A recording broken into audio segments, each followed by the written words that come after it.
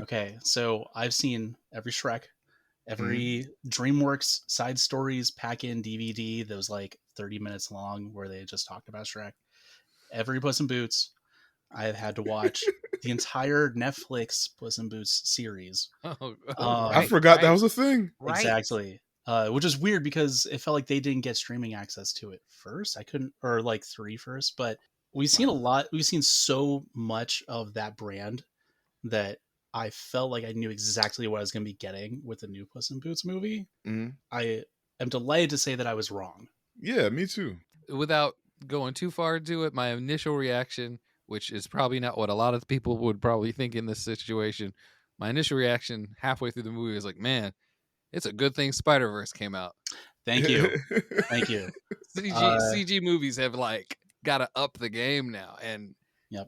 I'm glad that paradigm shift has happened. It only took what 30 years of computer generated movies to finally be like, oh, we don't need to show Let's do every like something different. fast. Yeah, we Yeah. don't need to Mhm. show everything at like 600 frames per second. You know what I mean? Absolutely not. Yeah. Yeah, we're almost getting the opposite. Like not the full movie, but Mhm. like in the action sequences, it's like now we're gonna chop it up, Yeah, well, Yeah. like and it closer feels to traditional 2D animation. You know what I yeah, mean? Frames per second, which is like It's kind of 24. amazing.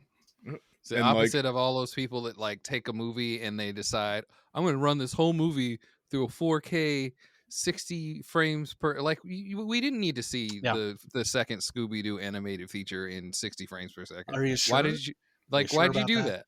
It's like that didn't improve anything. But then like you're saying like taking the frames out, putting Yeah. odd frames in, like slowing them down. I was like, "Oh my god, this is so vibrant." I think also it had such a very strong like graphic design component to it because when we're Yes. talking about Into the Spider Verse, was that the first Miles yeah, Morales movie? yeah, You know, we're talking about like going back into animation influenced by comic books, et cetera, et cetera. And then you have these panels in the Puss in Boots movie where it's just 2, 3 colors. You know what I mean? It's Yeah. just really striking poses. It's kind of like freezing. It's like a panel in a comic book, basically. yeah. Well, might as well start the episode, huh? The I open guess. the open has been colded. Well, on that note, thank you for joining us today. If this is your first time with us, we're the secret I'm group sorry. of brown kids. Who are the secret group of brown kids? It's a secret, but you might be able to find us experiencing existential crises in our middle age as we grapple with our mortality in vibrant color. in 24 frames per second. And on the panel today, we got Tim and we got Ren. Good morning. Hey y'all again. And today we are doing Puss in Boots: The Last Witch, which is the third movie. My OCD is itching a little bit, but it's all right. We don't have to start at the beginning. We really don't. I'm gonna get this out at the top. It's the best one. So All right. Smooth. Very smooth. I always when a sequel of a movie comes out and it's not something I'm interested in, I like to go, oh, did I have to see the first one to skip this? No. People like be like rude, Tim. Like I'm just saying. They barely touch on anything that happened in any other previous iteration of Mhm. the Puss in Boots idea. You know what I mean? Like They give they you barely enough. mention Shrek. They barely mention Puss in Boots 1 and 2. Mhm. Actually, they don't even mention anything that happened in the previous They movies. give you enough. Yeah. They show that he is a hero. They Yeah. show that he has a bit of a backstory that he doesn't bring up. And then when the lady cat shows up, you show that like, okay, so you've got They a have a history. Yeah. past. Okay. But yeah, if you don't know, the plot is when Puss in Boots discovers that his passion for adventure has been taking its toll, and he's burned through 8 of his 9 lives. He launches an epic journey to restore them by finding the mythical Last Wish. And at the moment, it is, or I should probably start saying the dates, but they'd be all right. At the moment, it's streaming on Netflix in the U.S.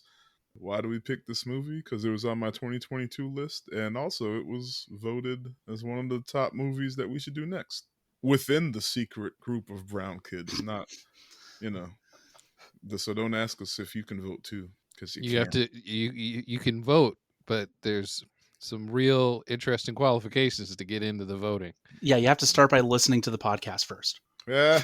You want to vote? Like, come on, I swear to God. Start here. Eventually, you get enough clues to find secrets. That's my goal. Is somebody's going to go on this epic journey to, like Puss in Boots, to find out what is in fact the secret group of brown kids and where it lies. Who are they?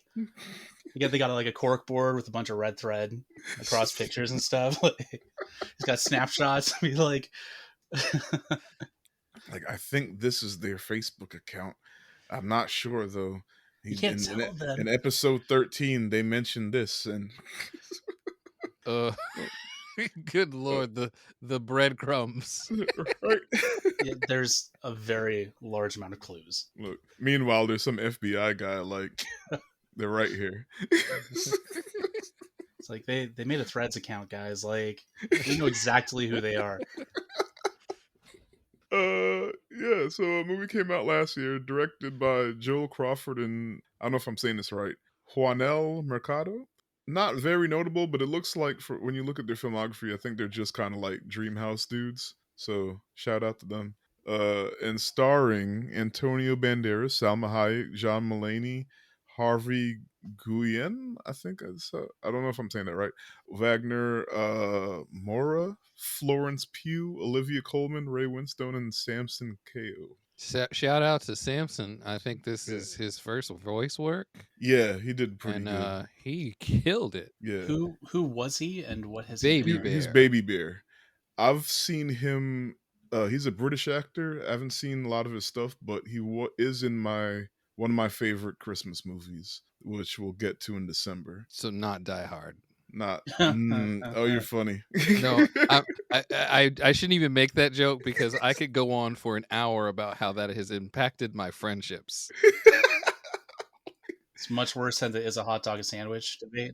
I'm on the side of how did we get to this, and there are several people who've. I had a guy unfriend me. I almost got fired over that debate. Oh my God. Like, yes. Look. Wait, which one?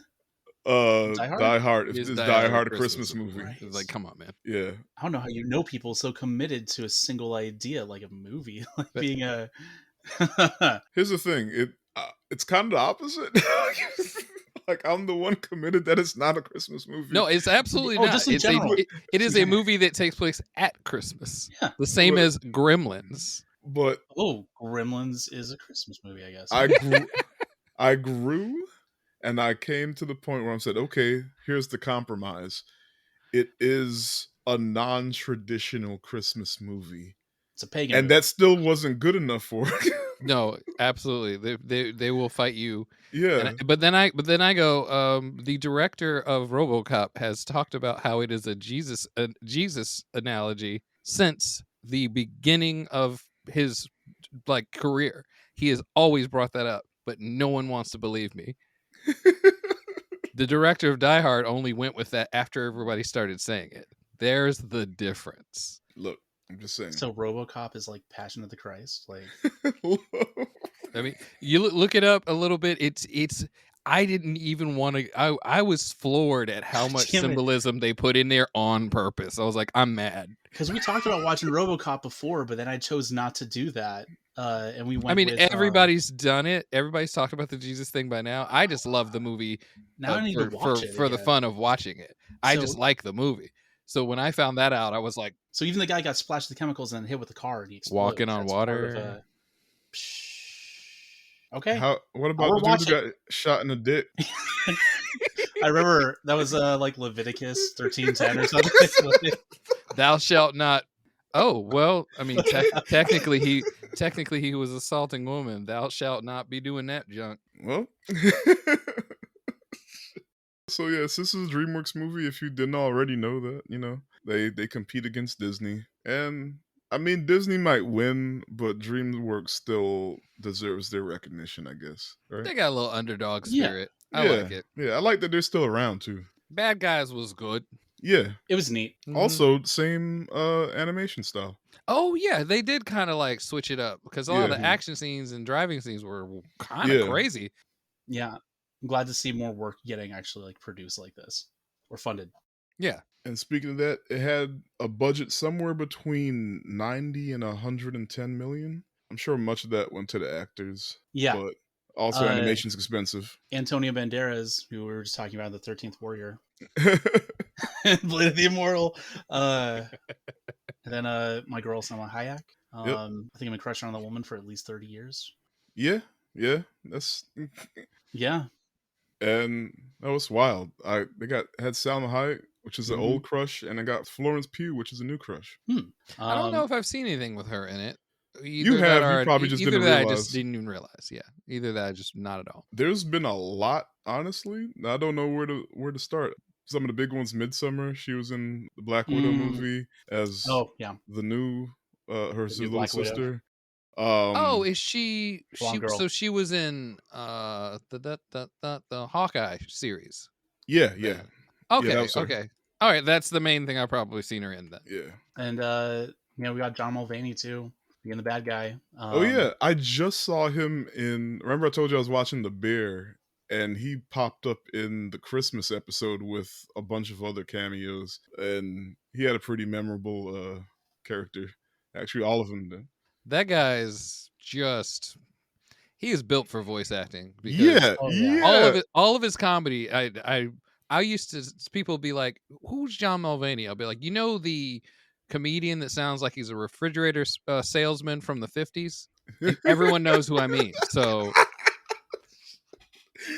that's funny. But funny you said a voice built for Jesus Christ. A voice Jesus Christ built for voice. Oh my god, just never mind. At BlurredCon the last weekend, or 2 weekends ago now, we had Cree Summer as a guest, and she was interviewed by my friend Amy. And backstage, when they met each other, Cree was like, "Oh my god, just listening to your voice, I know you do voice acting," and Amy does.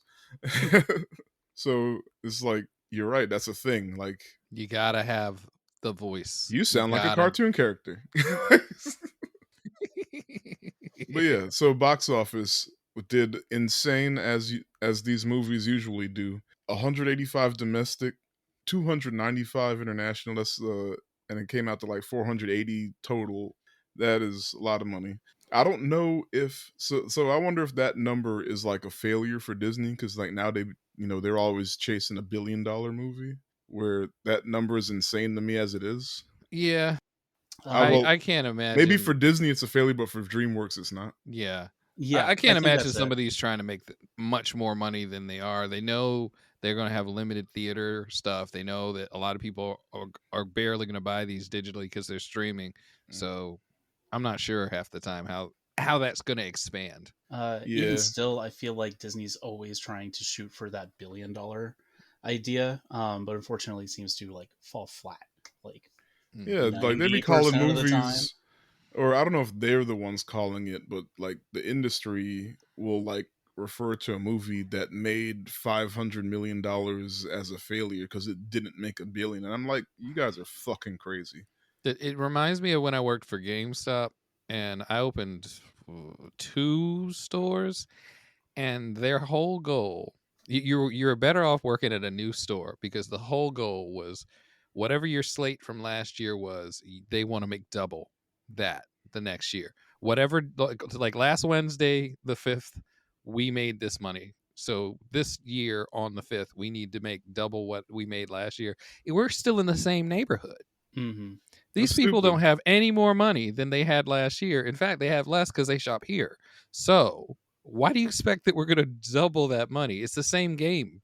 Madden was the same game as last year. We can't sell double of Madden. We can only sell it to the people dumb enough to get the one from last year.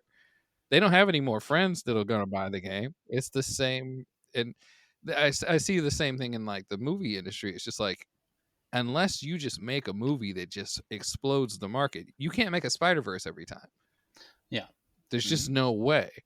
So that's also the reason why, remember on Fox, the TV channel Fox, that's why their shows would get canceled so often, because if it didn't, like, they had like a formula, I forgot exactly what it was, but I think every year they had to increase viewership by 50% or 100%, something like that, something ridiculous. You can't expect Arrested Development to do that. Yeah, so eventually they just get all their shows got canceled early because except for The Simpsons, Yeah. because it just didn't. Yeah, that was like the one exemption. I knew Simpsons fans who would just put it on in the background Just and to not keep it even on. watch the new episodes because they just knew the viewership had to be there. I was like, guy, Do like Futurama. please. But there's is something to be said about like the homogenization, basically, of just content. It feels like lately, to me, it feels like every Disney movie is the same. You know what I mean? They're all like all the Marvel movies are the same. A lot of their computer generated children's movies feel very samey. They Mhm. might have like different plots and different settings, but it's just a different flavor of like the same kind of ice cream.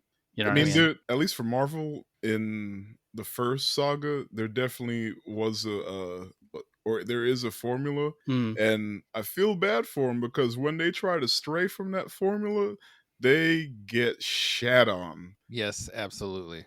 Yeah, but you wouldn't. But if I was to make the comparisons between like studios, though, I don't think Disney could ever put out something as good as like Puss. You know what I mean? Something about trusting the art direction in this movie is what sets it apart. Yeah, Mm. But Disney still is putting out like elements and these things that still have a lot of the same like core Yeah. values and everything else. they'll do it in like 2 years because they saw Puss 3 switching it up, and it's like, you know That's what? kind Yeah, of what will happen. Let's do it They'll too. wait till I don't want to call it risk mitigation because it's not even that. They'll just kind of watch the market and go, we can do one of those. We can hmm water that down. Yeah. and So, then it'll become the next series of like content that and is then made. everybody does it. Yeah. And we already have We been already seeing kind of this a lot started. more. Yeah. So was it The Mitchells versus the Machines, which is also another great movie Yep. that's on Netflix if you get a chance to watch it. That A lot of surprised me. very strong visual components, chopped up frame rate. But yeah, which I don't mind. But with that said, why not just make a fucking 2D movie? It's Why too not just boring. make, animated? Yeah, but I mean, I don't know. I I'm mean, sick I of don't think it's CG. boring, but Oh yeah. you know, No, I yeah. got you. But it's like we're spending like hundreds of millions of dollars trying to emulate something Yeah. that it doesn't need to be emulated, and we have people that go to school to learn this process that are hungry for work. I don't know about it right now because I think animators are on strike as well. I'm I know writers did, and I know hmm actors are just jumped in. I don't know where animation is with the strike situation yet. I've seen a couple. I've seen the same article a couple different times, and I believe it had to do with Cartoon Network as well. So I'm hoping that they'll just kind of throw their hat into the ring too, because yeah, animation jobs in America, Yeah. like everything else. You know, it's wild. In Japan, they're desperate for animators, so hmm desperate that they're bringing people over from other countries. I had heard But about that. also, they're not paying folks. Yeah, So heard That's why about they that were too. it's desperate like, in the hey, first place. you want to come to Japan and live your dreams as an animator? You're gonna be broke though, but you want to come? Well, we'll We'll even work teach you you. to the bone. Yeah. I All of our can't favorite anime directors are literally dying as they work. hmm But hey, you can live in Japan. I I can't remember. remember the show I watched. There was a whole anime about animation, and one of the things they Oh, showed in the show was they were just outsourcing to whoever would do the roughs. And like there's like this one they went to this lady's house with a pile of roughs for her to do in betweens, and she's just this elderly lady who liked drawing. And she was like, I'm sorry, like we're really bad on money, we can't pay you right now. And the old lady like, it's okay, this is just something I do because I don't have anybody else. And I was like, Damn. is this based on something? Because don't put it in an anime again. That was too much. Your anime it is you're self-referencing anime The just made writers me and the really. director, it I'm was like, like, mm. look, that was them like slipping the message out. I was just like, sad because the studio might close. And grandma's like, don't worry, baby. Don't worry. I It's all got right. you. I ain't got nobody. This all I do. It's just me and my cat. And when I die, I'll try to make sure that I finish all these in betweens before I do. Like, I mean, if you wanted like a palate cleanser anime about making anime, you could watch Keep Your Hands Off Eizouken if you haven't already. that's very cute. That was I haven't excellent. yet, but it's on my list. Totally worth it. And they mess around with animation styles and frame rates and things too. Oh yeah. Rotten Tomatoes, audience 94, critics 95. That checks Yeah. out. That's I solid. mean, Yeah, like That's up. I like five it. 5%, 5 to 6% of people didn't like this movie. I don't know what they. I don't know, but Is it like a binary thumbs up, thumbs down, or is it on a scale? if it's above 60%, it's fresh. Ah, okay, okay. So essentially, Professional haters, probably. That last 5%. Professional haters. Wish I had 4 arms. I thought professional haters were on Letterboxd.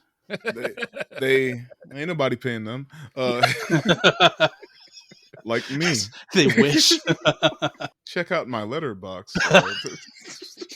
No, plugs come at the end. No, Oh, you're right. Sorry. Stick to the template. No. Early plug. But yeah, shout outs. I don't have any shout outs because we're recording this the day after we recorded our last episode, and I got the last episode. I mentioned Texas, and I'm not sure who in Texas is checking us out. Oh, but thank you. You know what? Could be some of the old nerd crew, but if it's not, why not? You have to ask them. Yeah. Now I'm just gonna send them. I'm gonna send them exactly this one. It's just like, oh What's shit, up? he's talking directly to me.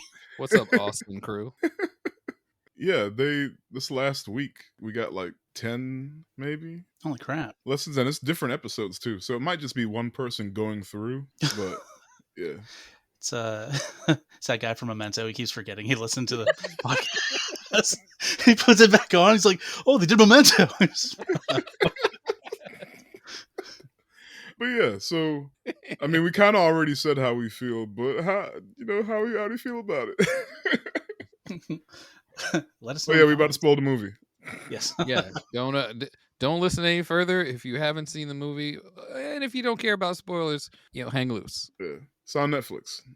Tim, how you feel? I went into it going, there's a lot of hype, and I know they don't specifically aim their movies at just kids anymore. They're a lot better at that than Disney. I think Disney will slip in like 1 to 2 adult, like, I think they'll do a minded whole joke. movie, and then they'll go back to kids for like 4 movies. Mm-hmm.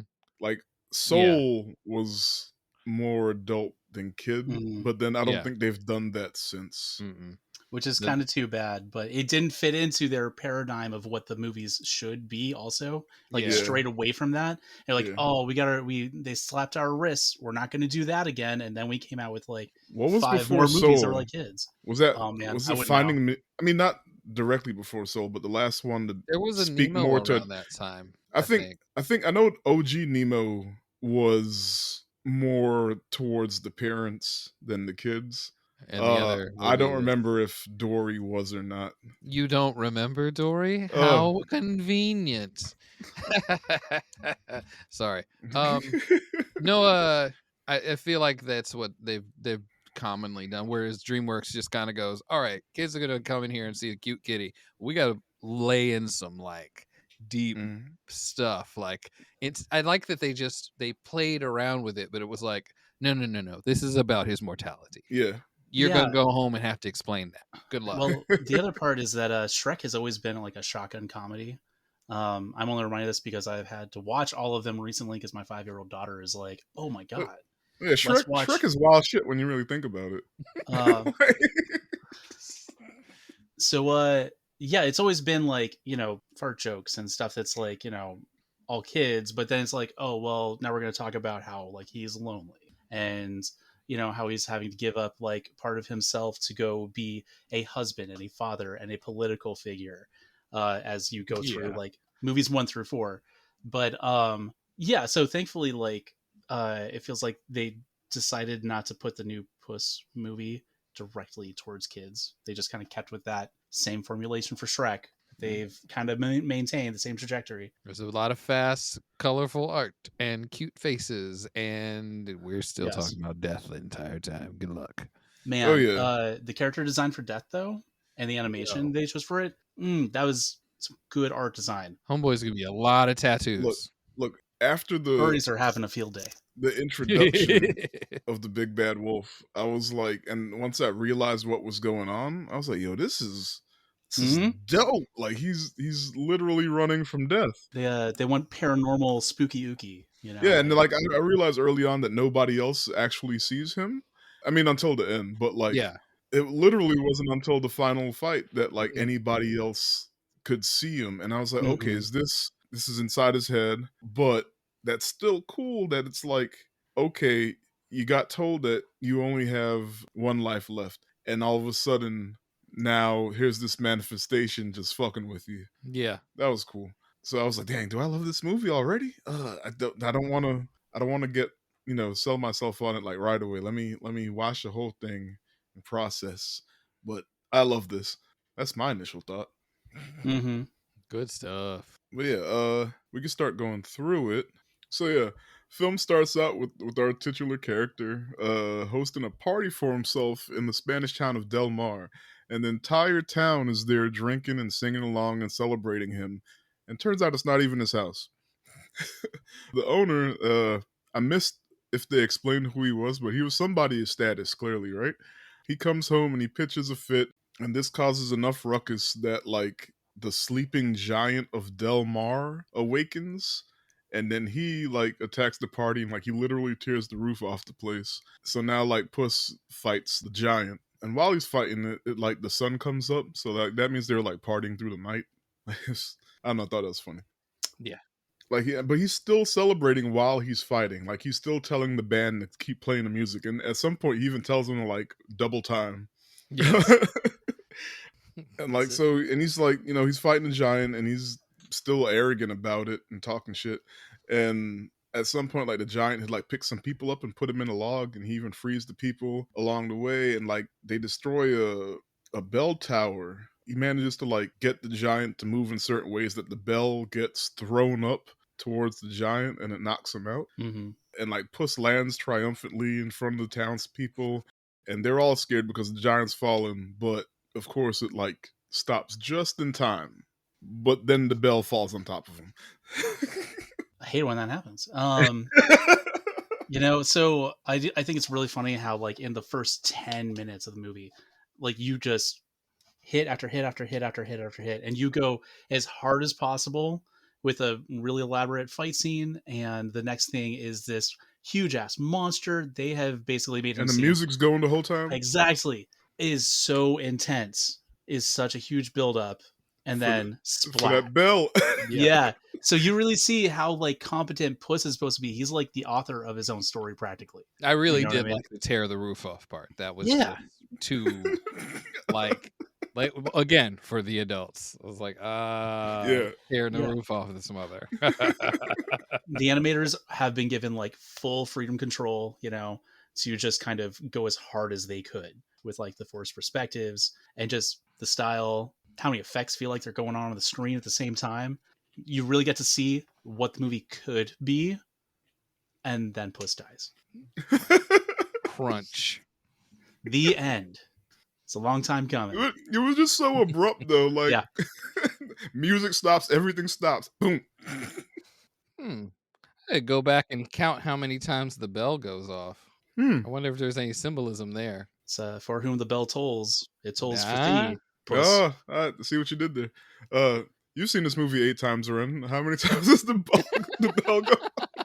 I'm gonna say 8. Because I'm not good with numbers. Sure, it's not 4.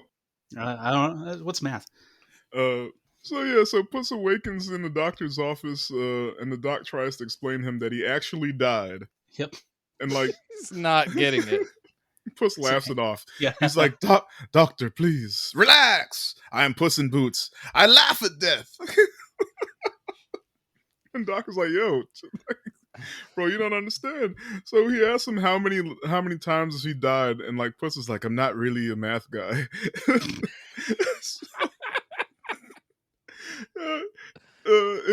So I don't keep count.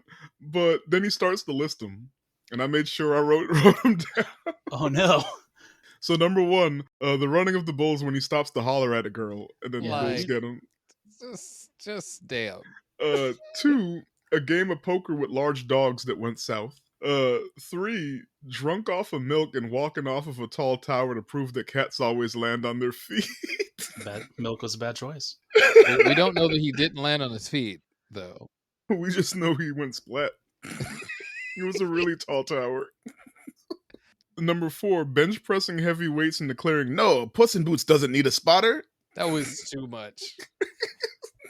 I was already like in full blown laughter at this No, point. these so I were just these kept. were great. Number 5, getting blasted out of a cannon, but he didn't go out the cannon. He literally just gets blown up. No need to pull in the port. This will revolutionize travel. Watch. Watch this is not a good. It's not a good look ever. Famous last words. Watch. Hold my milk. Look, I've been teetering my entire life on whether I want my gravestone to read last words, watch this, or res please. Would you rather just like a nice little infographic on it, like a cannon that just shot like your body parts out? Just he died how he lived. Look, if you want to come along and like etch that into my gravestone, it's just a whiteboard on a gravestone. Look, okay, have I at come it. back once a week and draw a different picture. Nice. You might be onto something, Tim. That's your $1 million idea. Don't let nobody steal it from you. That's D&D Sluggers LLC. Please do not steal. There you go. And roll dice on these tombstones. So number 6, he was eating an obvious seafood dish. Like it was clearly like lobster and it's like a paella or something like. Yeah, and he's like, "Excuse me, does this have shellfish in it?" And his face was already swollen too. Like he just straight up hitch. Yeah, they basically timed it so as the brim of his hat goes up, you see how much of his face is swollen right when he says seafood. Like, bro, great. Hey. Number 7, you saw what's his name? Oh yeah, little cameo of from the gingerbread man. What's his name? Mm-hmm. Gingerbread man. His name's not like Gingy or something. I don't know. Maybe I made that up. John I don't know if I paid enough attention. You've seen the Shrek movie 17 times, right now. Yeah, I've also tried to forget him 17 times, but my kids keep wanting to watch him. They keep putting tattoos on you of the trash movies. Dude, they even watched the YouTube one where everybody sent in like 7 seconds of film. God, right. And did a mass compilation of these different iterations. I can't sleep at night sometimes, dude. It doesn't leave my memory. The trepidation you had when I said this is the next movie. Like, I can't believe it. I thought they stopped making these movies. Oh man. Yeah, so 7 was he setting the oven too high and he opened it and got incinerated. I'm a master of baking. Watch. It's just, dude, stop saying watch. Stop it. Watch, guys. And then number 8 was the giant. Yes. So I will say that this is the most heroic death that he had. Because on a long list of dumb ideas, like you have this one where he actually died doing something. But if he hadn't, but the thing is, he did stop to like celebrate himself. So if he had just kept walking. Yep. Like he was striking the pose. Womp. So he's down to his last life, and the doctor orders him to go retire and be a lap cat and stay safe and live out his life. But of course, like Puss don't like that shit. So that night, Puss is in a bar talking about how he's not about to retire when a hooded wolf appears and asks him for his autograph, and he slides over a wanted poster, dead or alive, for Puss in Boots. And like Puss realizes he's a bounty hunter, and he goes to fight him, but he gets bested very easily and embarrassingly. And the wolf even draws blood, and like that really freaks him out. When was the last time? That's like the first scene of blood in any Shrek movie that I can recall. Ah, yeah. You know what I mean? I was kind of surprised by it. It was like bonking people. Yeah. So that really messed him up. So he left his sword and everything, and he hauled ass to the bathroom, and he escaped through the shitter.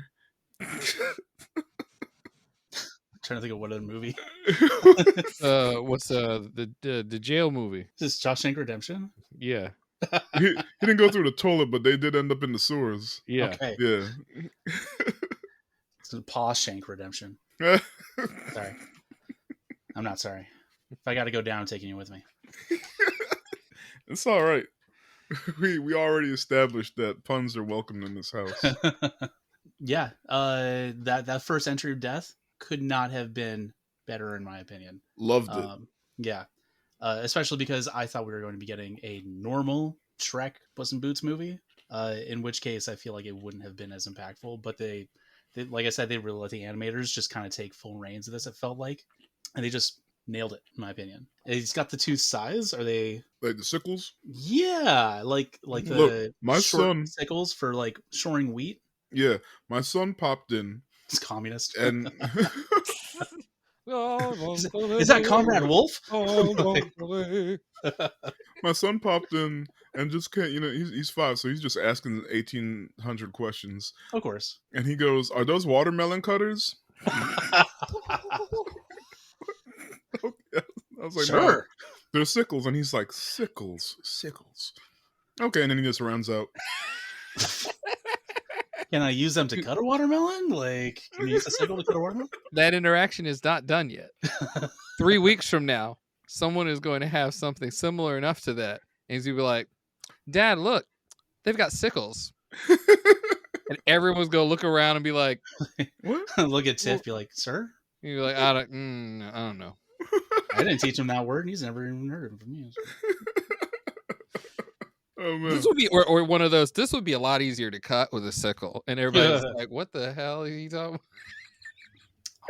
about? He's 5. Oh, man. But also, watermelon cutters. Yeah. It's shaped kind of like a watermelon. Yeah. But, like, it's just funny seeing how his little brain works. Like, a watermelon could fit in between it. Therefore... Yeah. They're like really big unhinged scissors, so you just kind of hook it in opposite sides and just pull through. It was cool how he could also turn the handle around and make, well, I don't know what you would call that. Oh, like when he conjoined it? Or, well, he could do 2 things. He could turn it into like a staff or whatever, but then he could also turn the handles Oh, around so they're like brass knuckles, but instead they're blades. Oh, yeah. Yeah. I will say that this felt like the first time they went kind of paranormal instead of magical. So I feel like all of these movies are like, oh, it's magic and it's a curse. But this time it's like, no, it's a concept. Yeah. It's not a ghost. It's not a vengeful spirit. It's like something you can't escape. You know what I mean? It may as well be like smoke or an apparition. Yeah. It's funny though that they just picked the picking of a wolf felt a little random. Unless you just wanted to give it the attributes of like, I can smell your fear kind of thing. I wonder what came first, Goldilocks or the wolf. Or if it came together and then they probably built off of that. It's like, well, the wolf could be... So they really haven't used the wolf even throughout all this story, story things. Brand new. So it's an unused property, and wolves are very foreboding. Aggressive hunters. Mm-hmm. So I mean, it all works so well. Yeah, I think the weapons were a bit of a weird choice, but I mean, if we're going for a scythe or something, you know what I mean? Oh, I get why you said scythe. I mean, because death. Mm-hmm. Oh, duh. Yeah, and then also they almost resemble like the claws of a wolf. You know what I mean? It's just kind of hook. I get it. Yeah, like I said, I think they trusted the right people to execute their jobs well. So.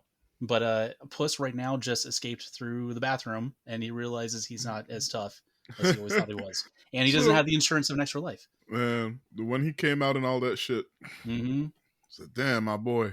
Shame. Just covered in shame. Liquid shame. It's a new energy drink. Like, liquid shame. The Rock is promoting it. Nothing motivates you more than shame. So he's all sad and embarrassed, and like he has a funeral for his old life, and he buries his boots, hat, and cape. Yeah. Oh, boo-hoo. That shit was so funny to me because he's like, "There's no words, or words cannot express," and then he comes back and he just starts talking. I'll try. Leaves and comes back again. He says a few words. But then he finally goes to the cat lady that the doctor had mentioned, Mama Luna. And this shit was funny to me. She was reluctant to answer the door because she was worried it was the health department because she has Yeah, so many cats. no, like the connection to real life phenomenon Yeah. is like, ugh, good God. Even in the magical kingdoms, they're like, ma'am, this Yeah. is a health hazard. I don't care if your house is in the middle of nowhere. Man, you know what that house This smell is like. bad. Oh Ugh. no, It's still absolutely. very much like an actual nightmare of like realism when she dies and the cats eat her body. Oh god. Look, those episode of Hoarders were the worst when there were pets and then they would Oh, yeah. find dead pets. Man. No, man, I was always like, man, how Hey, it's okay, guys. This one's a kid's movie. She actually takes care of her animals. They probably will not eat her when let's she hope. dies. And she probably won't die because it's a kid's movie. It's fine. We just never see her again. But Yeah. Yeah.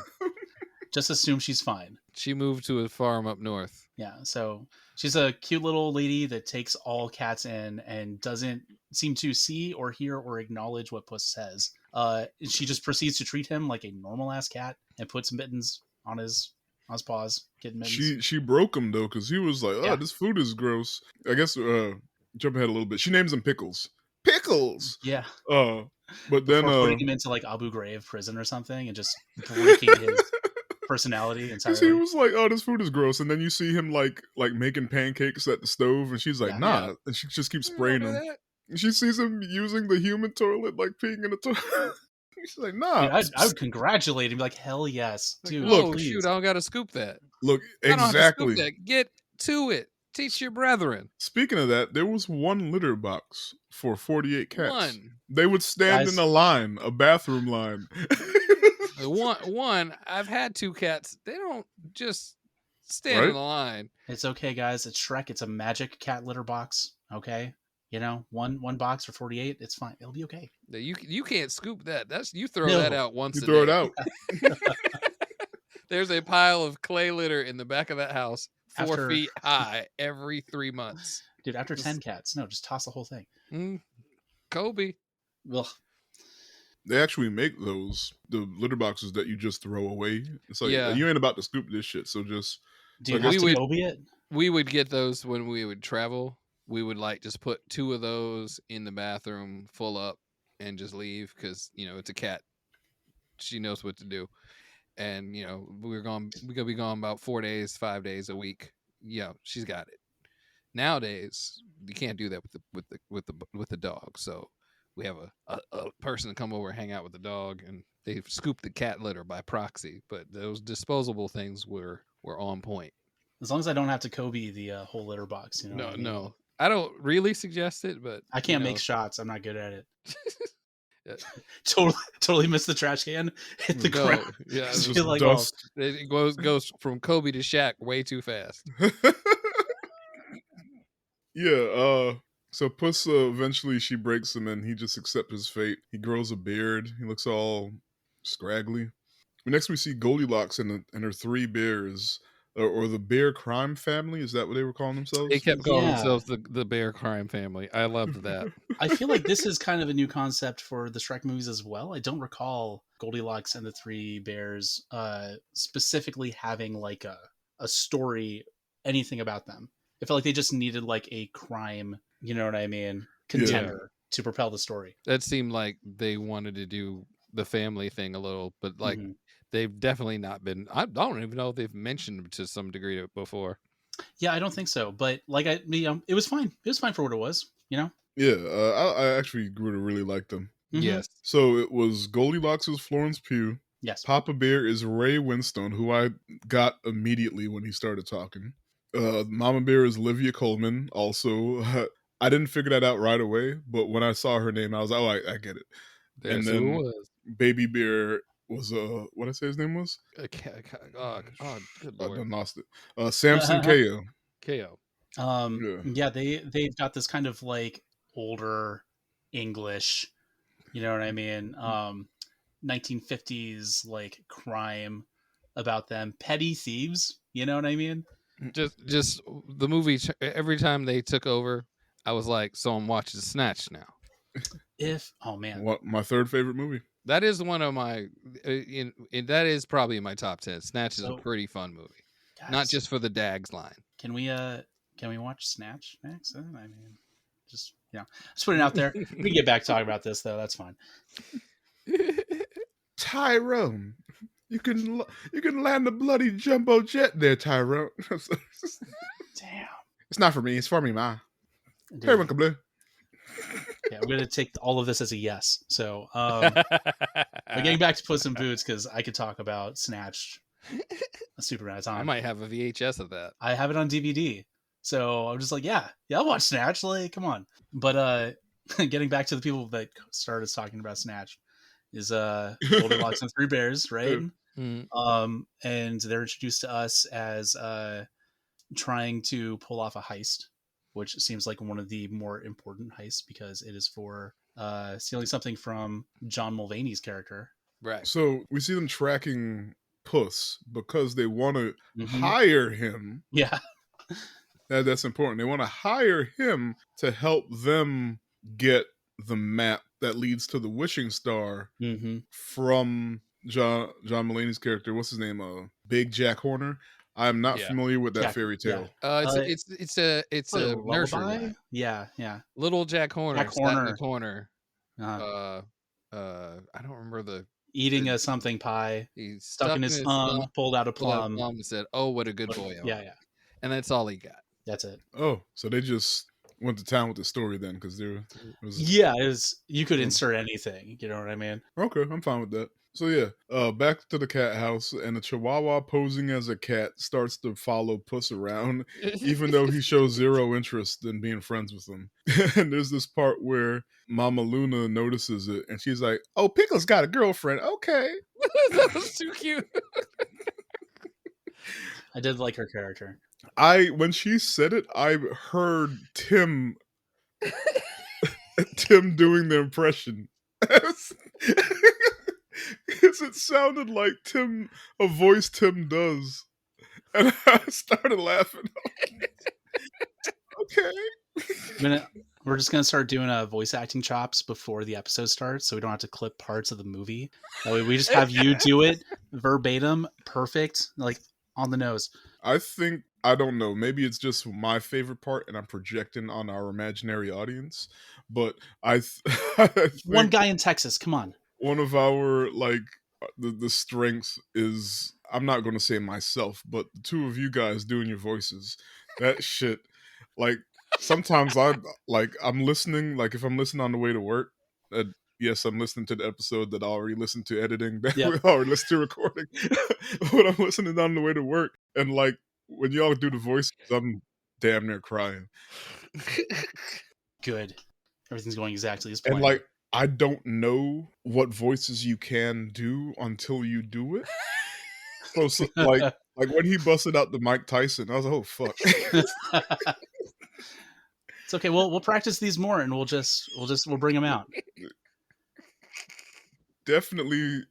Well, anyway, my favorite part, and our imaginary audience's favorite part. So yeah. Oh, Pickle's got a girlfriend. Okay, and Puss sees the silhouette of the wolf outside the house trying to open the door, but then Goldilocks and the bear is breaking through the windows, I think. That's just straight up fear of death there. Yeah, just seeing shit that's not even there yet. Mm-hmm. But you never know because nobody else can see death. So Goldilocks and the bears wouldn't say, hey, there's a wolf trying to get in there. They would just proceed to do whatever the hell they were going to do anyways, which makes me wonder why they didn't just go through the door. But yeah, they had to, I guess, to be extra about it. Flair, you know what I mean? For the dramatic. Yeah. They'd swoop in through the windows. Also, that whole bit about them being a 2-bit crime family. Yeah. You know, it's like, that's some shit, a 2-bit crime family. Like, oh, let's go down the chimney. It's like, no, use a fucking door. Back door even. Don't use a window. You're a bear. Scope the place out. Wait till dark. Nope. Smash and grab. Nope. I smell thing. Guy in there. Just go through the window. It's fine. Just knock down the whole wall while you're at it. Insane. But yeah, so they smash in, and then Mama Luna yells for the cats to get to the safe room like they practice. Because I guess she's been doing drills with the cats in case the health department comes. There you go. I think she's been imagining them because I don't think the cats move at all, do they? No, they actually. Well, no, they move. They move, and like they barely interact with Puss. Like eventually, we see like he nods at one, and they nod back, or they and like they'll move when it's time for food and time to sleep. Yeah. Yeah, but they won't move to like a safety location. Like they didn't all run into the same place, did they? I thought they Not just ran for all the of them. bears. There was like Some of them panicked, some of but I them. don't. Yeah, Yeah. like there was some panic and some. Well, I don't know if they went to the location or she Mm. grabbed like 2 arms full and Yeah. ran with them. Exactly. She was still just imagining shit and being like, "Get to the panic room." She like pulls out a It's gun, just a closet. grabs cats, runs. Yeah. Yeah, It was just a nobody does closet. anything. Panic She room tries is getting away. Panic room is a broom closet. Yeah. So and they start looking through the cats for Puss, and they actually pick him up, but he looked too raggedy, so they put him back down. They're like, "Yeah, that's not him," and they kept it going. Oh yeah, he's got a beard now. Like, oh, that's not the guy. And like, oh, what was it? Just smell him. I can't smell anything in here. It just smells like cat piss. Ugh. Mm. It was like that Ugh. was. I already knew it probably reeked in there, but that level of reminding me was just like, Did not need that. ugh. There was a girl in high school I called cat piss, not to her face. Oh my though. god. Jesus Christ. It's because her favorite movie was Jungle to Jungle. She was in love with me, but the feeling Oh. was not mutual. Ah. I couldn't. The smell. Anyway, so the Goldilocks is like, "Give her the piano treatment," and Papa Bear scoops her up and puts her in the piano and starts playing music. Doesn't she say, "You think this is the first time I've been in a piano?" Yeah, I was like, what? "What?" Papa Bear's like, "Not like this." Starts playing. There's a story there. Yeah, let's We'll like never- expand on the. I would feel fine if they expanded on the Bear family. Like Yeah. that, Yeah. I don't mind that. I know we were pushing sequels and like spin-offs pretty hard, but they were pretty well thought out. I liked them. I'd watch that little Netflix spinoff. There'll be like a different like what if story that comes out on DVD. You know what I mean? Where they just have like a little 10-minute episode of a story to give Yeah. them to give you something. Just Tim. heist, just heist, Just something, just a little something. Yeah. It's unnecessary fairy tale heists. Why not? There's not enough like children's heist movies. I don't think. So There should be more. yeah. But yeah, so one of them finds a grave and they're like, "Oh, he must be dead." And like they go outside and Puss overhears them talking.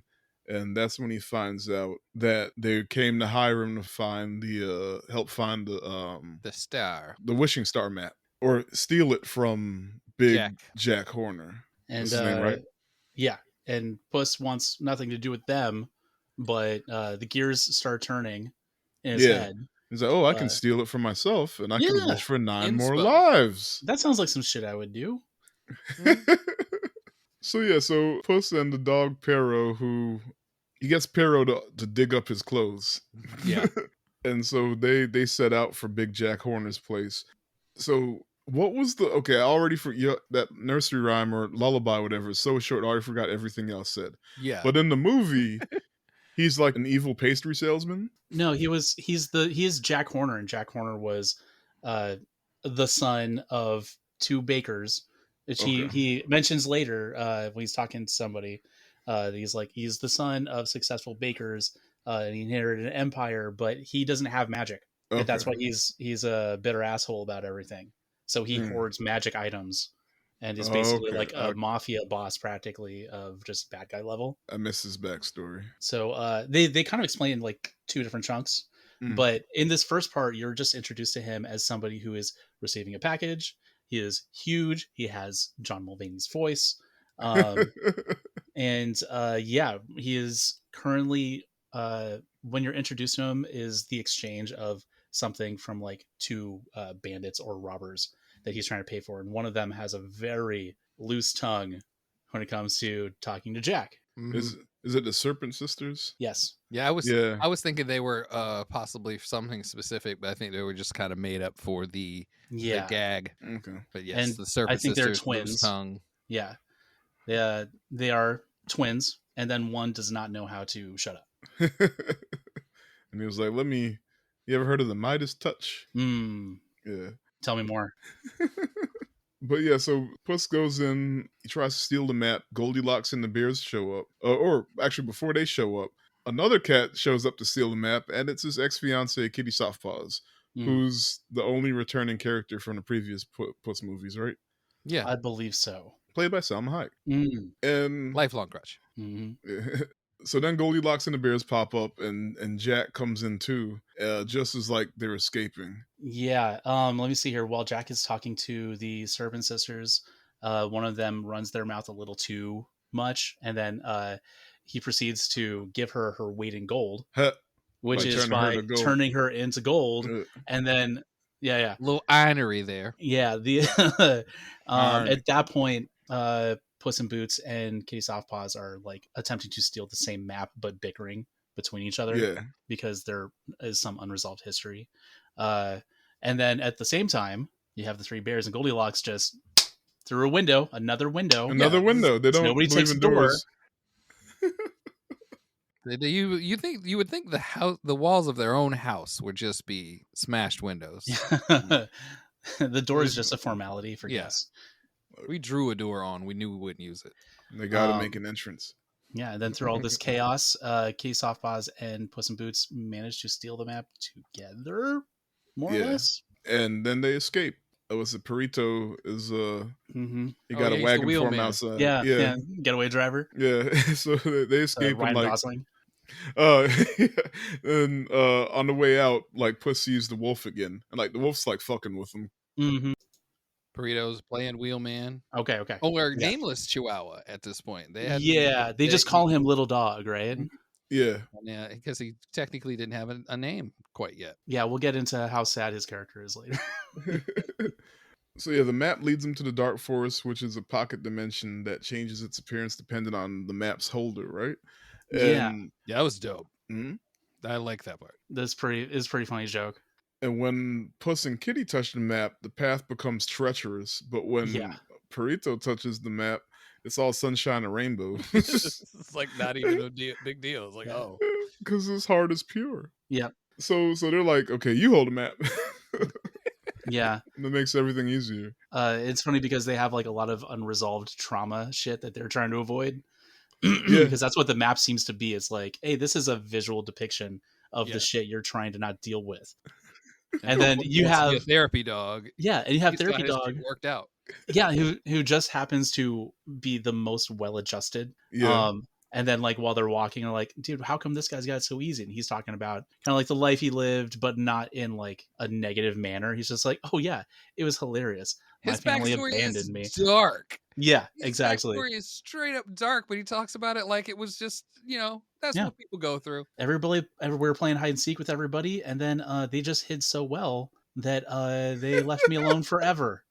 It's fine though. I got this sock to wear as a sweater. Oh no! So, it's like they kind of gave me a real hard mode. They put me in a sock with a rock in it. Yep. And threw it in the water to see if I could swim, I guess. Yeah. Yeah, and Puss is like having the same reaction as the audience, feeling like that's absolutely one of the worst horrible things I've ever heard. And he's just like, but I learned a lot from it. Pull myself up by my bootstraps. Cut a hole in this sock for my legs and my head. So now you have a better idea about why his path is so like, easy to traverse in a sense. He has been through it, but he has prevailed. Yeah. Yes. He didn't let it get to him, or he like the little dog couldn't let it get to him.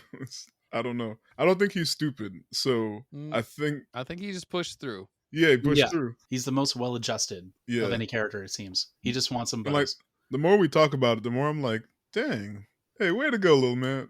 Yeah, you did it.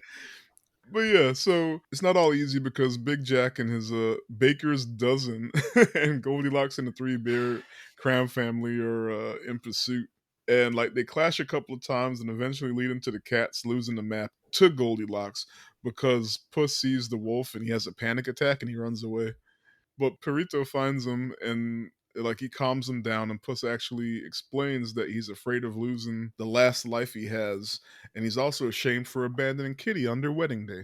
And like, so that's what they're struggling with. In Santa Coloma. In Santa Coloma. Man, Santa Coloma. They pulled that one of my favorite heist tropes. is they keep bringing up a job. A past heist. It sounds like they're bringing up a that past went heist south. that went south. Yeah, Yeah. went sour. And it turns out, it wasn't a heist at all. It was that wedding. Like what was it? Was in a Avengers Budapest? Yeah, they Uh, never explain what really happened, but they keep bringing up Budapest. That's like They actually, it seems like they went through a few pains to really depict Puss having what seems like a panic attack. Yeah. You know what I mean? And why you actually have a therapy dog.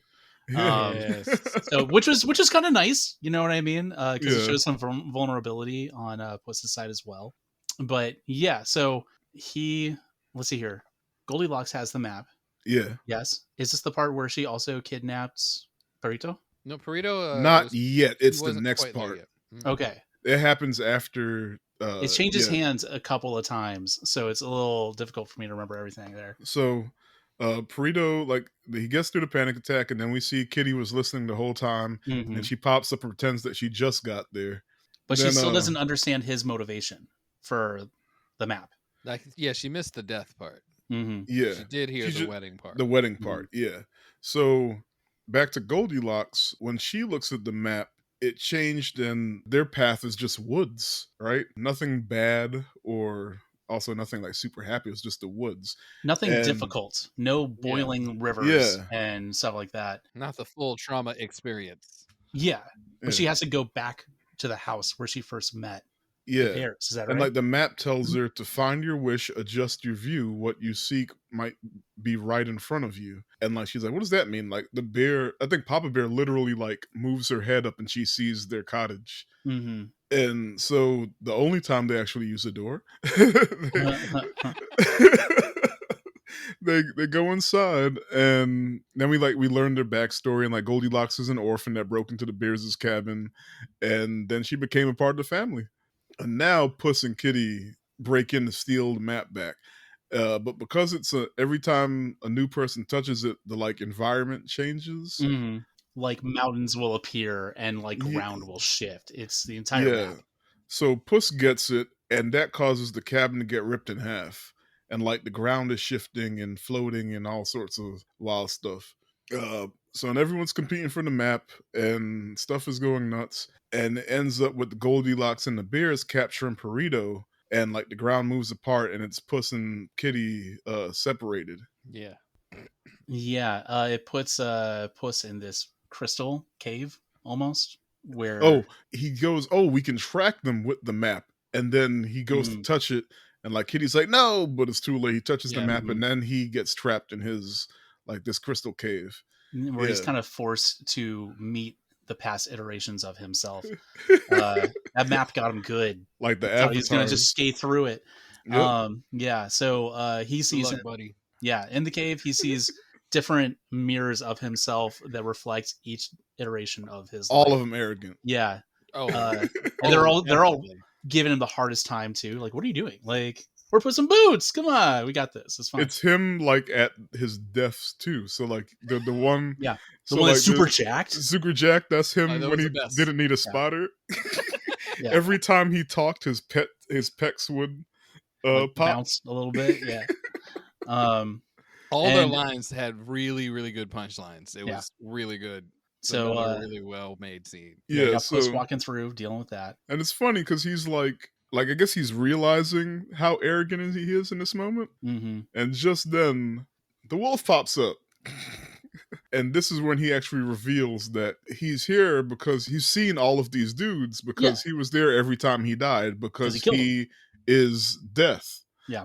Yeah. So the reason why he's here now is because he actually just tells him, he's like, look, I don't like cats. And I don't like the fact that y'all got 9 lives. And I don't like you because you took all those 8 lives for granted. So I'm gonna just go ahead and kill you now and get it over with. Called him arrogant. I was just like, well, Yeah, yes. fair. Yeah, he was talking That's mad shit. It's like his core principle. It's like I mean that poetically, figuratively, technically, all of that. Literally. It's like it's death. He just need a gold chain that just said hater.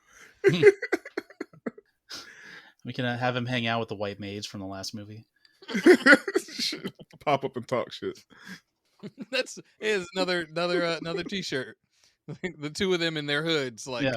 like doing a fist bump is a haters alliance. You're like, can you believe this fucking asshole? Like, Right. Taking his life for granted.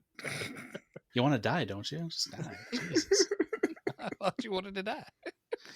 That's how you act anyway. Yeah, so Puss says, or Wolf tells him, well, I'm just gonna kill you now, so whatever. And Puss is like, F that. He hauls ass, and the Wolf is like, oh, I like it when you run. I like that little shot with him like grinning and just vanishing, and you hear like the wolf growl as he chases him. I guess it's kind of creepy. Stuff. Yeah. So I like it when you run. Boy. So, but to the outside world, I guess now you see Kitty and Perito just seeing Puss hauling ass with the map. Mm-hmm. Yeah, they look very disappointed. Yeah, because we see him realize that he ran towards the wishing star, like he found it first. Mm-hmm. So to them, watching him run with the map towards the wishing star, it just looks like, oh, now he's about to steal the wish for himself. Yeah. So they go and they confront him, and like they're like the wishing star is like actually like a star hole in the ground, and the ground is glowing. So like a Mario stage. Yeah, so they go down onto the wishing star platform. Oh wait, so this is where I got a little confused, because there's a part where Perito gets basically kidnapped by the bears and Goldilocks, right? Oh yeah, kind of. We have that whole bit where that's they're actually all my favorite part of the movie. each other super hard, and then Perito's like, "Oh damn, is this what we're doing?" and proceeds to just read them to rights. No, that was unexpected. Yeah, because he was just like, "Oh, are we playing we're dozens? Insulting each other?" Yeah, yeah, I love playing dozens. Me and my family did that all the time. AKA, they were not playing dozens. They were just hating on him. And they're just ragging into him, but he knows how to give it back. Yeah. So like it starts off with Baby Bear and Goldilocks going at it. And what Baby Bear said? He's like, why should I listen to a poor stealing orphan like you? Like, good lord, it was just like simple stuff though. Yeah. And like I forgot what Goldie says back, but it like actually gives it back to him a lot. Yeah. And like so they go back and forth, and then Perito's like, oh, this is what we're doing? Okay. Yeah, he went blue collar with it though. Just like they had to bleep him. Yeah. I was like, yeah, he's so funny. He's got the spice. Yeah, like they're taken aback, like God damn. But you know also what? like everybody likes him. Yeah. Everybody likes him for it. And then he just disappears, and they're like, wait, what happened? And Kitty stole him and replaced him with a statue of him made out of acorns. Which is when also she had very the time to do considerate. it, but Yeah. we didn't leave you with nothing. Like slick. He'll leave you with a tasteful knick-knack. Yeah. So that's actually my favorite scene in the movie. And I think a really good part of that though is he also kind of points out to them like this, you guys kidnapped me, but this is like, really great. You guys are really close. Yeah. Like you guys are really I'm happy to be family, here. And this makes me happy. I love this kind of thing. If I was gonna wish for something, I would wish for something like this. Mm-hmm. And they were just kind of like, oh yeah. Dude, Stockholm's is strong in that dog. Like he could have ended up with Big Jack and found could have been anything. Found a silver lining, right? Yeah. So fast back forward because I skipped it. Sorry. So now they're no. You not sorry. I skipped it, and that was my favorite. We're back. So now they're confronting Puss, Kitty, and Perito, or mostly Kitty, and she's like, I thought that like, we had something, but here you are loving yourself again, because she thinks he's trying to make his wish. But then Big Jack Horner shows up as well, and then the bears and Goldilocks jump down, and so like each one of them are at individual point of the 5-star of the wishing star. We're going full Smash Brothers now. Yeah. It's almost like the ending of any movie, like heist movie, like Snatch or something, where just for some reason every single player in the game just ends everybody up in came one together. spot. Yeah, and then they all charge in because they're trying to fight to get their wish. Oh, dude, wait! Before you go on, there's one introduction of a character that we missed, which was oh right, Jiminy Cricket. Oh yeah, ethical bug. They never actually call him Jiminy Cricket though, right? In the script, he is ethical bug. At one point during the chasing, Horner goes in his bag where he stored all the magical items. And the bag which is a lot. magical item. Yeah. The bag, I guess, is an infinite holding bag. Yeah, bottomless D&D. bag. One of the things he pulls out to try to curse them is this bug. But it turns out the bug, he's a Jiminy Cricket. Jiminy Cricket. Different movie. He's yeah. Yo, what's up? I'm wearing blue. Oh, it'd be great if you killed those Bloods. But he's very ethical. He's like trying to talk Jack Horner down from being so like violent and weird Every time. He's like doing all of these chefs that work for you, like, don't you think about how they feel and like, how important they are? And dude's like, no. He's like, no, not at all. He literally says, I'm your conscience Mulaney. at some point. Yeah. Yeah, he's like, I'm your conscience. He's just like, that's weird. But he just straight up ignores him. He doesn't even give him every time. And this is when you find out that Jack Horner's like, all I want. He's like, he's basically listing off all the stuff, but it's basically just he hates magical animals like and people, and he wants to hoard shit for himself. And then Jiminy Cricket type characters like, that's the worst thing I've ever heard. I totally forgot about that character. I'm sorry. No, but they get into a kerfuffle. And the commotion starts, and I didn't catch it the first time. I had to rewind. They knock Big Jack down his own bag of infinite holding. Mm-hmm. You see him just fall into the abyss, and then it's a lot of back and forth. It's a lot of action. Yeah, and at the same time, Baby Bear gets like thrown into like the wall of the dimension. He's like getting phased out. Yeah, he's being pulled out. Yeah, basically, and they're doing a chain to try to save him. So it's bear, and then Goldilocks actually has the map, and she's about to make a wish, and then it finally hits her full on, like, oh, they're my family that I want. That was her wish, by the way. She wanted her own family. Realized that all these movies about family. Blade of the Immortal, it's about family. So they do touch on that a little bit during the cabin scene when she finds the book, and it's like, oh, you loved that book. But in the book, she's kind of drawn a picture of herself with like a mother and a father in the story. Yeah. So her big wish was always to get back to a normal human family. Heteronormative, white family. Come on, the bears are cool. The bears are way cooler than her stupid ass parents that lost her. But yeah, that's when she connects the dots. She's like, oh, you know what? Screw it. And she ditches the map. She sees like a silhouette of Vin Diesel.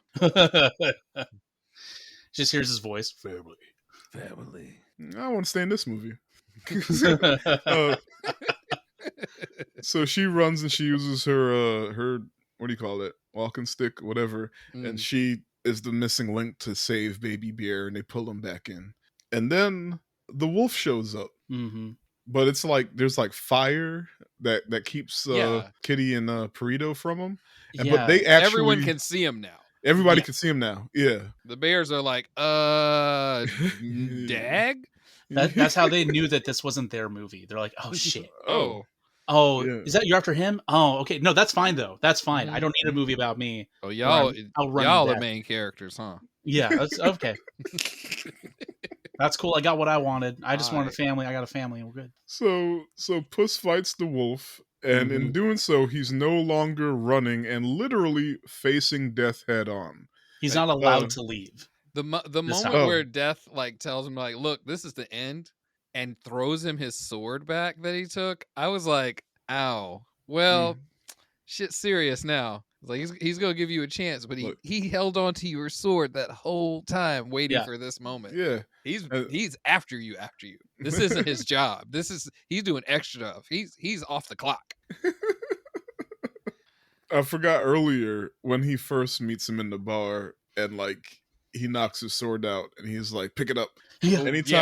Anytime I hear that, my favorite pick it up scene is from Antoine Fuqua's Magnificent Seven with Denzel. Oh, I mean, not spoiling it, but there's a pick it up scene in that one where like Denzel goes full Denzel, and like he's offering to like let the guy he's after pick up the gun. He's like, "Go ahead, come on, son." I can't do my Denzel impression that well, but he's like, I always revert to son. Just come on, son. Come on. He's like, all right, pick it up. I Pick it was up. like, oh, Like God. he does that like with such intensity that it's like you want to pick your own shit up. Like, oh shit.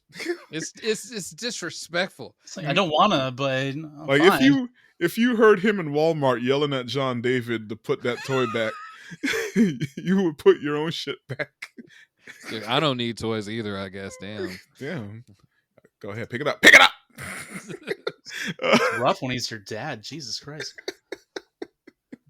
So yeah, he's fighting the wolf. And because he's facing death head on, the wolf loses interest because like now Puss is no longer a punk and it's not fun for him anymore. It's like you're fighting back because you really are putting effort into like staying alive. Yeah. It's not arrogance, it's will. It's Yeah, like different. now it's like now he's not chasing him anymore and it's not fun anymore. Well, it's funny because also like an attitude thing. You know what I Mhm. mean? Like Yeah. like Death in the initially at the bar managed to like kind of like knock some sense into him, but like once Puss realized that this is just kind of the course of things, and Yeah. you know, he actually, you know, that attitude change was just enough to turn off Death from like trying to end his ninth life short. But Yeah. he hit me with like one of my favorite lines in the whole thing there. He goes, yeah, you know I'm gonna be back though, right? Yeah. I He's was like, I'll see you later. It's Enjoy like, yeah, your dude, we need life. another movie. Come on. I like that. Just enjoy your life, I guess. But so I'll be back. I'll be seeing you. So Death exits and the flames go away, but then Big Jack Horner comes back out of his infinite bag as a giant because while he was in there, I guess he ate something that made him The biscuit or something from Yeah, Alice in Wonderland. Yeah. oh Alice in Wonderland. He had the drink me, eat me That's it. combo. And There you go. Whoa, Jack, slow down. a little bit more adult than a Disney Take movie. take me to dinner first. Jeez. All right. He just comes out of there and he goes, "Wow, listen to me, and now I'm a deep voice guy." A little bit, yeah. They just pitch him down a lot. Yeah. It was that the part where he threatens to shoot Perito in the face. Oh, You know what I'm talking about? There's one part where he manages to get a hold of the dog. I don't remember if it's before or after the bag scene. I can't remember, but I know Perito charges him. He's the first one to charge in Mhm. because everybody was just like, "Oh shit, Yeah. you see, now what do we do?" And you just see little Chihuahua hauling ass towards. And then he tries to pull out the cute card. Yeah, That he was learning from Kitty. the cute eyes. Yeah. But it's giving him like a stroke at the same time. Yeah. So funny, his nose start. Yeah. So he's trying to pull like the 11 Stranger Things power out, and he just gets a nosebleed as just hears static. You know what I mean? Yeah. It's like, come on. His eyes get bigger. So funny. And then of course Jack is just like, so cute that you thought that would work on me. And then I was like, dang, man. No heart. No heart. Yeah. And you know, Perito's just like, I was just trying to buy time. And then you get the second Spanish Splinter. Yeah, with movie. the double Spanish Splinter. Yeah. Team with both friendship. kitties. Team Friendship. That's the worst name I've ever heard. Team Friendship. That's the worst name I've ever heard. That is absolutely the worst Splinter to get Yes. underneath your nail. Like, when it happened to the giant, I was like, oh, and then it yeah. happened again twice. Too. no, Yeah. I clenched my hands both times that happened. Like, no. Mm-hmm. So funny. But yeah, that's what makes him drop the map. And then it falls and the Puss, Kitty, and Goldilocks grab it. And in agreement, they rip it up. Just that moment of like, this is the only way. Yeah, we all know what we got to do. So Skilo shows up and goes, no, I wish I was a little bit taller. Pulls out a laundry list and a baller, and That's too many.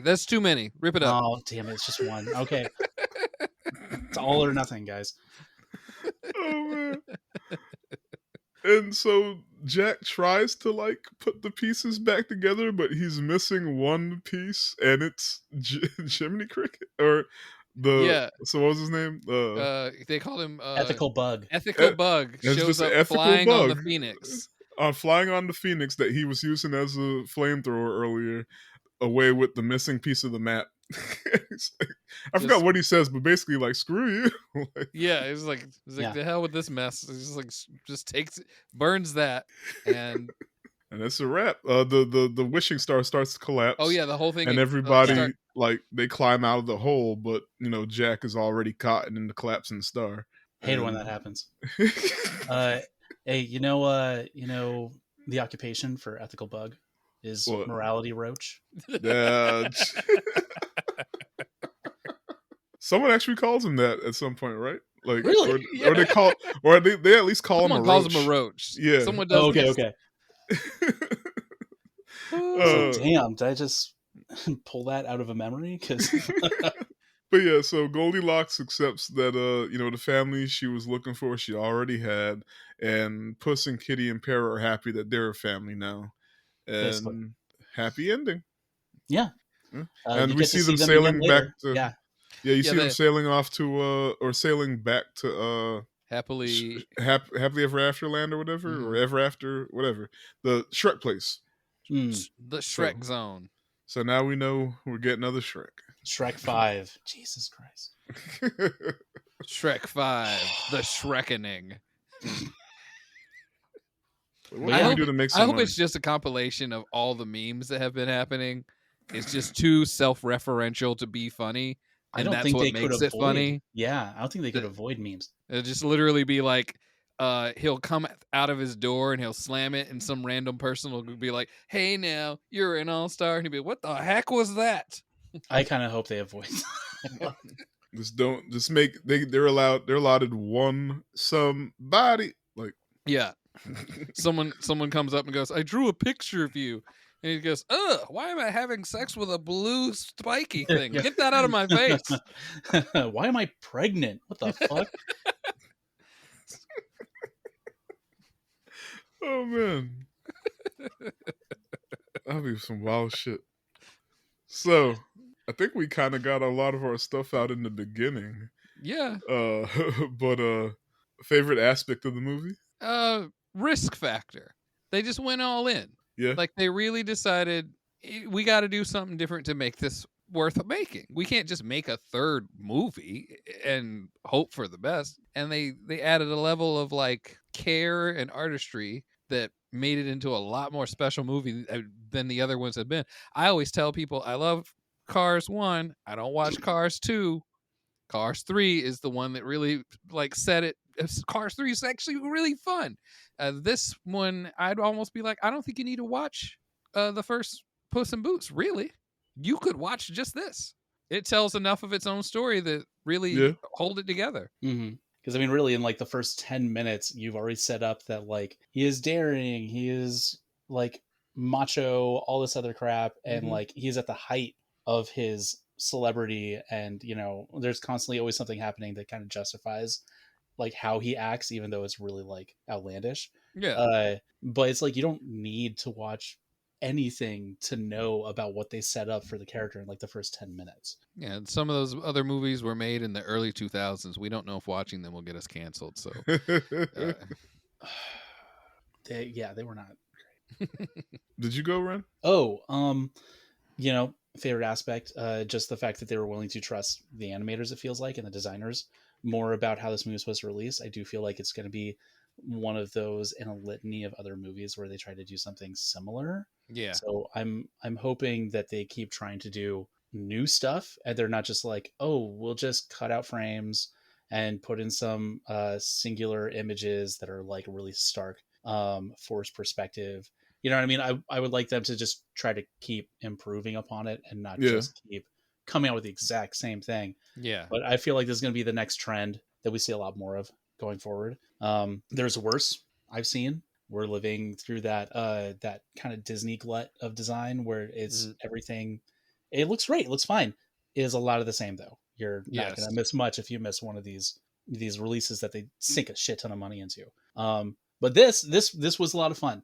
And it was a tight like hour 30 or something. It was like an hour. It was 94 minutes or something Dude, like that. Yeah, just it one was. thing after another. The pacing on Yeah. this just felt really good.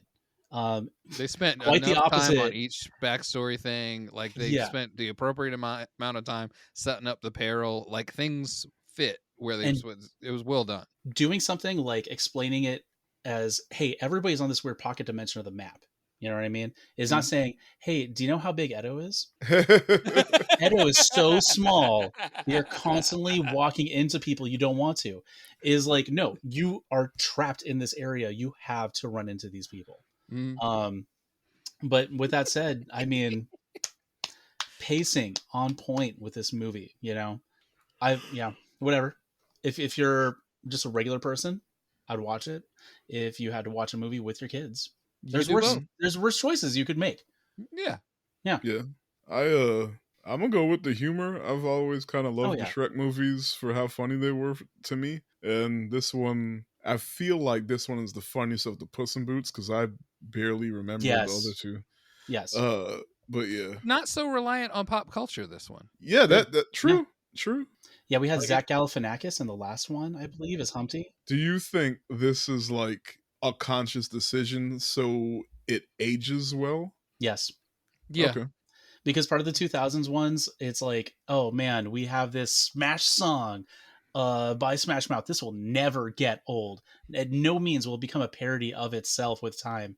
Like you just have these things where you just have like, oh, she's a pop singer and she cut off all her hair because she went crazy. What does that mean? What does that mean after this 5 years down the road? You're right. You know, you're right. Yeah, they're kind of relying on age-old archetypes in popular media and fiction, rather than saying, "Hey, remember this quote-unquote archetype that we had in popular culture in the 2000s." Yeah. You're not gonna remember. You're just gonna say, "Oh, that person might be a little off the rocker." it's why I think a movie from the 40s. People go back and they watch movies in the 40s and they're like, "Wow, why was this so interesting? It's so well done." It was like because they just ripped off Shakespeare, because they just ripped off Grimm. They just took stuff that worked and they made something new out of it. And there's nothing wrong with that as long as you like create a quality thing. You know, like you could make a Columbo.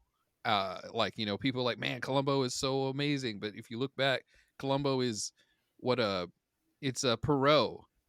He's practically the same thing as Perot, but people love it because it's Columbo. And then, you know, later on you get just a different version of a similar archetype and it sticks. And I feel like this is tapped into that just a little bit better than a lot of movies have in a long time. I feel that. All right. Favorite character and which character are you actually? I wish I was Burrito. You wish water off a Chihuahua's back. I'm gonna say my favorite character, Wolf. It All was right. so cool. It was so cool. It was a little. I hope they do more with it. Like I don't know how they nailed like such a like, because you can be hokey with. I was just talking about you doing like things with old archetypes. You'd be really hokey with death. But they kind of made it like new and interesting and vengeful about what he does. Yeah, and like spooky. You know what I mean? Yeah. Like even how that character was written, how that character was depicted, how the character moved. Because that's another part of the animation is just like, how is everybody like walking? Like how are we expressing this character's personality with just kind of like subtle motions and everything? But everything about the wolf was like aggressive and paranormal. And like stalker. You know, it was a lot of fun. So favorite character I'm most like is probably Puss, because I'm not good with math. And you know, I too have those moments where I'm just too busy in my own head about my own like mortality and my place in the world. So, and my confidence in my previous decisions.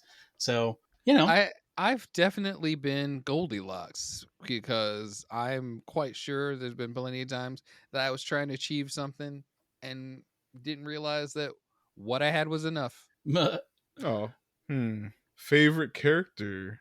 I'm gonna cheat a little bit and say all three bears and Goldilocks together. I guess specifically like Papa Bear and Baby Bear were the funnier ones, but like I like their whole little thing. Mm-hmm. That's funny. But who They're do you like? fantastic together. Who am I actually? You're Perito. I'm the emotional support dog. I'm fine with that. I've heard you talk about Blurred Con, dude. I feel like you're Oh Perito. shit. That's not meant to be offensive or It's anything. no, I it's think it's I it's the think if anything opposite. is like, yeah. It's the opposite. I haven't even told you about the most recent stuff. So, uh, Oof. yeah, we'll do that offline. But Okay. Can't give I'll away too just many say secrets. I accept that. Okay. Nice. Yes. You did, And guys. I was going to say awards, but I know we're all going to give the awards to the animators. Yep. Oh, in this Good movie? team. Good team. Yeah. Editing, animating, storyboarding, art director, even music. You know what I mean? Yeah. It was never jarring. It never pulled me out of a scene because somebody was playing a really poor recorder. Mhm. It was like aces. So, any final thoughts that we haven't already said? I think I said everything I need to. I want to learn the wolf's whistle. How did that? Oh, something I can't remember Yeah, exactly. And I'm gonna just start doing it like in the dark parking lot of movie theaters. Yeah. Oh, no. People Just hiding in a tree and whistling. That would mess me up. I remember me and my wife's first movie. We went to the movie theater that people be getting shot at. So and like it was a late movie too. So when we were leaving, we were like, so if I heard that, man, It's not the threat we were worried about, but it's another threat in a scary place that I didn't want to have to worry about. look, my brain will go straight to crackhead. Yeah. Yes. Out. It's crackhead with like a couple of sickles. Yeah, we Right? Hey, my man. Like, hey, what up? I'm Death, My buddy, my guy. destroyer of worlds. Let me talk to you for a minute, big fella. You got a $5? I want to buy a dime bag. All right. Anything else? No, I mean, big ups to the movie. I feel like they've been met with like a pretty decent, like it's not like a modicum. It's like pretty good reaction. And if they're going to be going through to like a Shrek 5, I think it's a great start to be like, hey guys, remember Puss in Boots? Remember how good that was? Yeah. Well, shit, That's give us a not little the bit of worst credit. idea. Come check out Shrek 5. Even though 5 Shreks sounds on paper fucking insane. It sounds crazy. How have we not had, and this is going to sound like, Tim, you're asking for a lot. How have we not just had a donkey movie or donkey shorts? Like Donkey just, Husband in shorts. Maybe Eddie Cough. well, not like his own shorts. Like this is a story of Donkey. It's like, hey, here I'm Donkey now. I'm in the show. Not just like, hey, this is how I became Donkey. Like that. I'd love to see the story of how because I know he's a cursed human. I was gonna say, do you think he was a human first and then I donkey? think he was. I think he was. That's funny.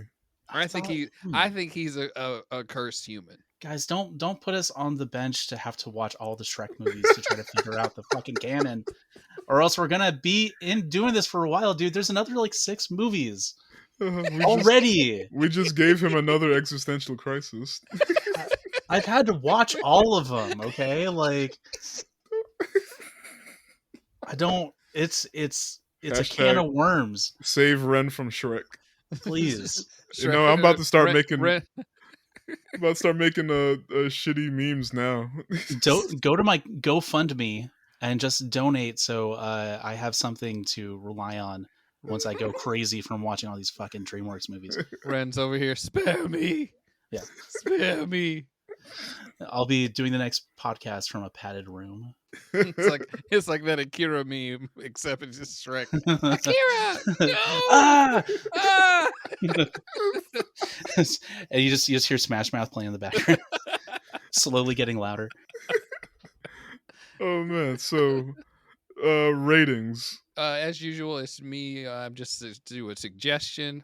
Full on suggest this movie, even to the Barbie and Oppenheimer stands. Sure, why See not? this. See this. You will enjoy it. I bet you will get more out of it than you thought.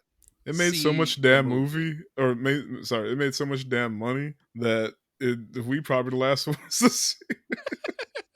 Yes, take the advice of all the other people who already said it's good. Yeah. They're not being overrated this time. Slowpoke meme, it's good.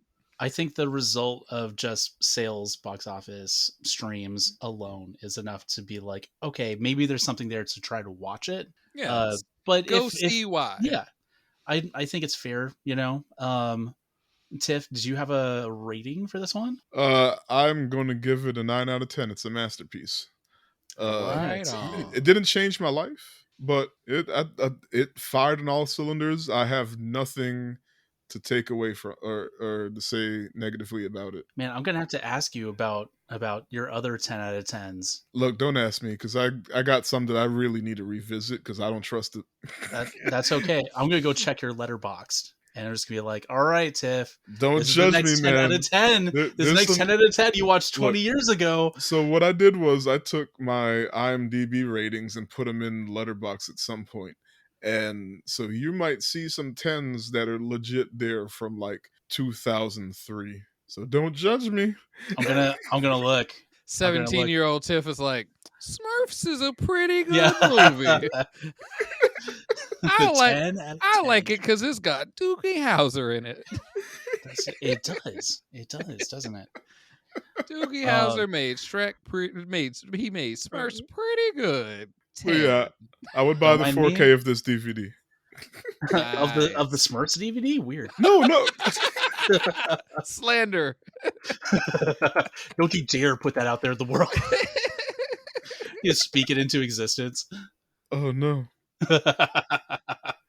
Did y'all go? I did not give a rating. I don't base my 10 out of 10 on whether or not it's life changing though.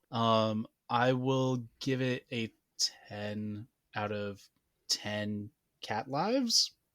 So Baker's dozen of cat lives, I guess. Baker's dozen. I think it went really well, and I don't think enough animation movies get the kind of recognition that they should, because everything felt very well thought out. Plus, as a parent that has to watch the same goddamn movie over and over again at times, it's nice to have something that isn't just a grind to have to watch.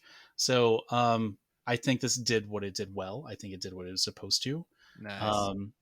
I'll give it a 10 out of 10 just because I think it kind of deserves when Into the Spider-Verse came out, you know what I mean? Mm-hmm. It's not so much that I thought like, oh, the storyline is incredible and original, but I just thought it's so well depicted that those studios should be well compensated for that. Yeah, if they put out quality work, then I think other people should take the time to recognize that work.